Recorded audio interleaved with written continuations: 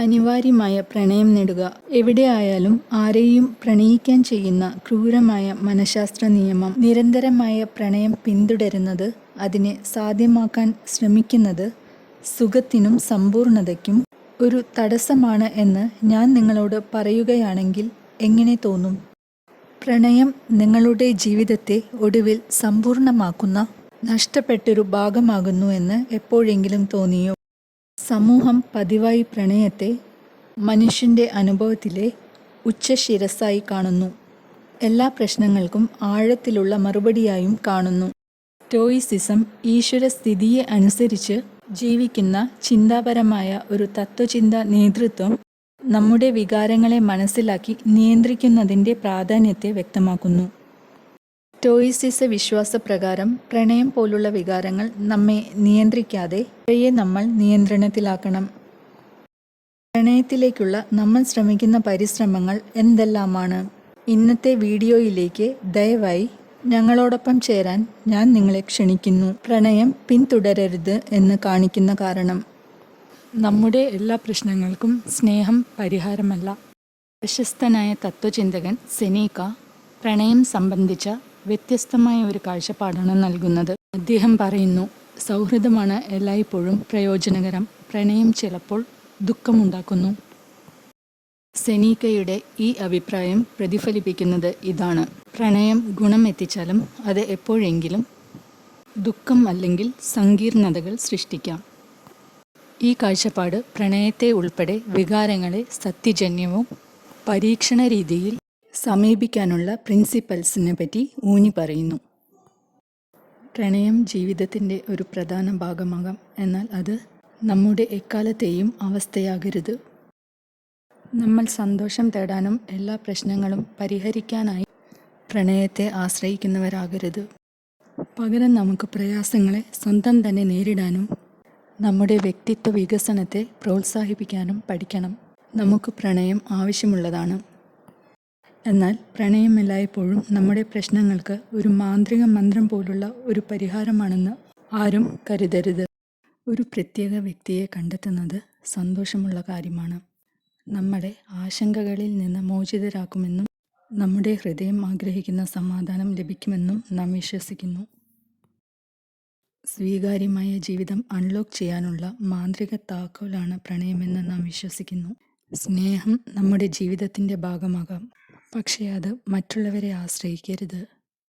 നാം സ്വയം വികസനത്തിൽ ശ്രദ്ധ കേന്ദ്രീകരിക്കേണ്ടതുണ്ട്. ആത്മീയമായി സ്വതന്ത്രമാവുകയും ഉള്ളിൽ നിന്ന് സന്തോഷം കണ്ടെത്തുകയും വേണം. നിങ്ങൾ തകർന്ന ഒരു ബന്ധത്തിലാണെന്ന് സങ്കല്പിക്കുക. കൈപ്പേറിയ സത്യം നിങ്ങൾ അഭിമുഖീകരിക്കണം.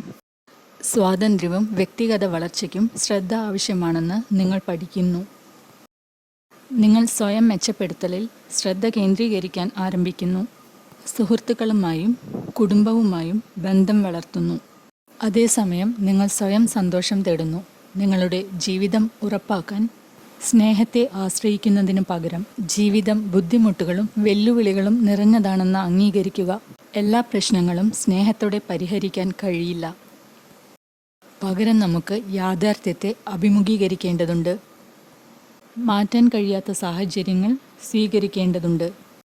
സ്റ്റോയിക് ഫിലോസഫി ജീവിതത്തിലെ സ്നേഹത്തിന് പ്രാധാന്യം നൽകുന്നു എങ്കിലും അതേസമയം പ്രണയബന്ധങ്ങളിൽ സ്വാതന്ത്ര്യം, ആത്മനിയന്ത്രണം, ആദരവ് എന്നിവ നിലനിർത്താൻ ഇത് നമ്മളെ പ്രോത്സാഹിപ്പിക്കുന്നു. പ്രണയം എല്ലാ അഭിപ്രായങ്ങളും പരിഹരിക്കുന്നതല്ല. ജീവിതത്തിൽ സമത്വം നിലനിർത്തണം. എന്നാൽ മാത്രമേ സത്യമായ ജീവിതവും സമ്പന്നതയും നേടാൻ കഴിയൂ. ആത്മപരിശോധന യഥാർത്ഥ സ്നേഹത്തിന് അടിസ്ഥാനമാണ്. തത്വചിന്തക സെനേക്കയുടെ മൊഴിയിൽ, ഒരു വ്യക്തി അവൻ പോകേണ്ട ദിശ അറിയില്ലെങ്കിൽ എത്രയായാലും കാറ്റ് അനുകൂലമായിരിക്കില്ല. ഈ വാക്കുകൾ നമ്മളെ അത് മനസ്സിലാക്കാൻ സഹായിക്കുന്നു. വ്യക്തിത്വ വികസനം പ്രതിഫലിപ്പിക്കുന്നത് നമ്മൾ ഭയങ്ങളെ നേരിടുമ്പോഴാണ്. വ്യാജ ഭയങ്ങൾ അതിവേഗം കൈകാര്യം ചെയ്യുകയും ആത്മസംസ്കാരത്തിലൂടെ ദുർഗമമായ പാത തിരഞ്ഞെടുക്കുകയും ചെയ്യുമ്പോഴാണ് അത് തെളിയുന്നത്. നമുക്ക് ഭയത്തെ മറികടക്കാനും അപൂർണത സ്വീകരിക്കാനും പ്രാമാണികതയും ഫലപ്രദമായ ആശയവിനിമയവും അടിസ്ഥാനമാക്കിയുള്ള ബന്ധങ്ങൾ സ്ഥാപിക്കാൻ അവസരം നൽകുന്നു. നിങ്ങളുടെ സ്നേഹം കണ്ടെത്തുന്നതിൻ്റെ സമീപനത്തെ പൂർണ്ണമായും മാറ്റം വരുത്തുന്ന ഒരു ശക്തമായ ഉപകരണത്തെക്കുറിച്ച് നമ്മൾ സംസാരിക്കാം. സത്യമായ സ്നേഹത്തിൻ്റെ അടിസ്ഥാനം ആത്മപരിശോധന ഒരു പ്രധാന ഉപകരണമാണ്. നമ്മളെ അറിയാനും നമ്മുടെ വികാരങ്ങൾ നിയന്ത്രിക്കാൻ കഴിയുമെങ്കിൽ നമുക്ക് സത്യമായും ശരിയായ രീതിയിൽ സ്നേഹിക്കാൻ കഴിയും. ആത്മപരിശോധന മുഖേന നാം അസൂയ, കോപം, അസന്തോഷം എന്നിവയുടെ നെഗറ്റീവ് ഫലങ്ങളെ നീക്കം ചെയ്യാം. പകരം നാം സ്നേഹം, സഹനം, മനസ്സിലാക്കൽ, ദയ എന്നിവ പ്രകടിപ്പിക്കും. സ്റ്റോയിക് തത്വചിന്തയിൽ ആത്മപരിശോധന സത്യമായുള്ള പ്രണയം, ആഴമുള്ള ബന്ധങ്ങൾ ഉണ്ടാക്കുന്നതിന് അതിൻ്റെ അടിസ്ഥാന ഘടകമായി പ്രവർത്തിക്കുന്നു. നമ്മുടെ തന്മയത്വത്തെ മനസ്സിലാക്കിയും നമ്മുടെ വികാരങ്ങൾ നിയന്ത്രിച്ചും ജീവിതത്തിൽ പ്രണയം ശരിയായും ആഴമായും പ്രകടിപ്പിക്കാൻ നമുക്ക് കഴിയും.